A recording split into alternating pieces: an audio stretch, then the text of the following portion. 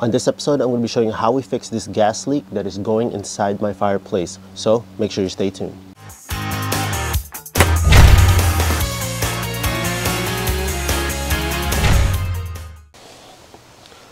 So this is very important and it's for your safety. If you smell gas inside your home or outside your home or anywhere, leave the area right away. Make sure you take your loved ones, take your pets, go somewhere that is safe distance-wise, and then make the call to the gas company so that they can scan and sniff the area where that leak is coming from. My gas meter, when the gas company came, they said that they can only service from this part all the way here, and anything from here to here is all the homeowner's responsibility. So this line was going all the way there. That's where that leak was, that's going inside my fireplace.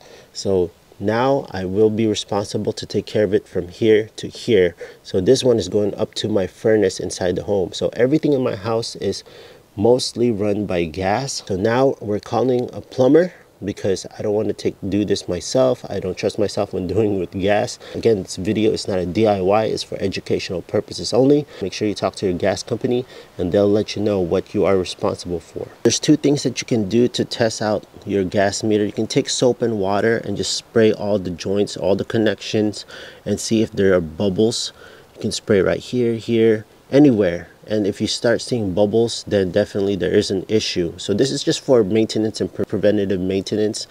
Don't do it when there is a leak, but it's good to just go around your gas lines and spray it once in a while to see if there is any leak at all. Or you can purchase a gas sensor meter. Now, if you need one of those meters, check out this right here. This is a good one. It'll definitely, all you gotta do is touch the joints and it will start making an alarm sound or a loud ticking sound whenever it spots a leak. So first things first is we gotta shut off the main gas line. We're using channel lock pliers, so you can use any wrench to shut off that valve.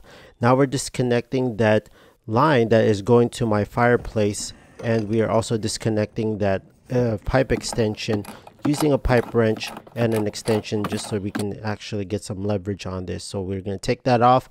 Now you do have an option, either just take off or replace the connections on these that's going to my fireplace. In this case, we wanted to keep it so that we can save it for the next person, whoever takes over the house.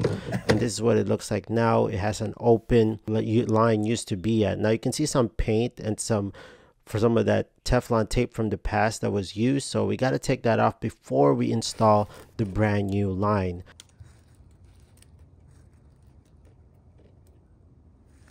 So this is the materials that we're going to be using. We're using Teflon tape and some thread sealers and a pipe cap. We're also using a 4-inch extension pipe so that we can thread that new pipe cap right there. So we are putting some Teflon tape and some thread sealer on top just to make sure there's that pipe cap that we are installing, and then we're going to apply some of that thread sealer on top of that Teflon tape as well on the other side.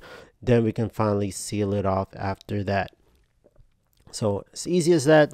Then we're going to thread it right back to where that line was feeding into using the channel lock pliers to tighten that up, and we're going to tighten the pipe cap as well along with it. Now with the line that is remaining, we're going to bend it down so we don't have any water or the weather going inside. I am going to put a temporary cap on that later on. Now just use your wrench to turn back the main gas line like what you're seeing here. That line, I did put a temporary cap on that. I have to find a cap that will go over this line. That's just temporary so bugs and water will not go inside this line, because in the future, if we do plan to reuse this line or reconnect that line back to the fireplace, we don't have to go and reroute everything again or possibly hire somebody to do it again, because whoever did this before paid somebody to do this, and we don't want to do that just to save costs. So, but we did put that cap on. We put the Teflon tape plus that thread seal around there to make it a little bit easier next time, so that we can take it off easier rather than trying to hammer it and breaking off that joint connector. Make sure that you spray it around with some soap and water just to make sure that everything is nice and sealed. So if you are running on a water heater that's running on gas, you will have to go to your water heater and relight that pilot light so that you can go ignite that flame back up in there, because it will shut off when we turn off the gas line right there. The plumber who did this work for me charged me $200. That's after taxes. So Not bad, considering the fact that he came here super early so that he can go and fix this issue before I go leave out of town. I highly suggest that you let the professionals do this. I myself hired somebody to do this because I'm not comfortable in working on gas lines like this. I can work on plumbing for water and whatnot, but for gas, not my specialty. So regarding this video, along with my personal experience regarding gas leaks, here are some safety tips that I want you to know. First thing is, if you smell any type of gas, leave your home immediately and call 911 or go and call your gas company, whoever's providing gas for you, and make sure that they know that you smell gas. Make sure you evacuate all your loved ones, your pets, yourself, and go and contact somebody outside your home, because you don't know where this leak is coming from. Do not try to investigate. Do not try to use your gas detector. If you have any, just go and leave the house and report it so someone can go there. A professional will go there and find that leak for you. So the second tip, and a very good one, is that you make sure that you have gas detectors inside your home. There's natural gas, there's propane gas detectors.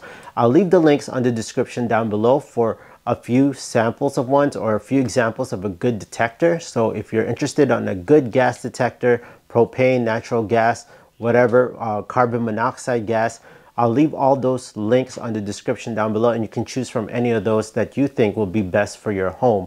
But having a good gas detector inside the spaces inside your home, whether it be near your water heater operating through gas, your gas stove, or any place inside your home where there's gas connections, that would be a good place to put a detector.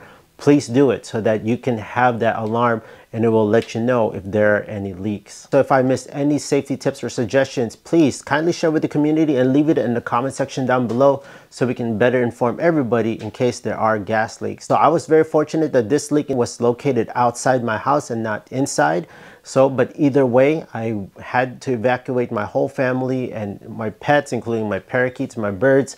Then I contacted my gas companies. So regarding my past experiences, I called 811 before, and that was actually the service line or utility lines where they trace where those your gas lines, your water lines are. So those are for a different company. The best one to contact would be your gas company. Here in Washington State, in my area, it was Cascade Gas that I had to call. If you are in doubt of any company, just call 911 and they will direct you to the right place if you do smell gas inside your home or outside your home. I know, friends, this is not a DIY video, and I highly suggest you don't do it yourself, especially regarding gas. If you found this video super helpful, please hit that big thumbs up, press the subscribe and notification bell, and I'll see you for another video coming up this week. So thank you for watching this short one. I'll see you in the next one.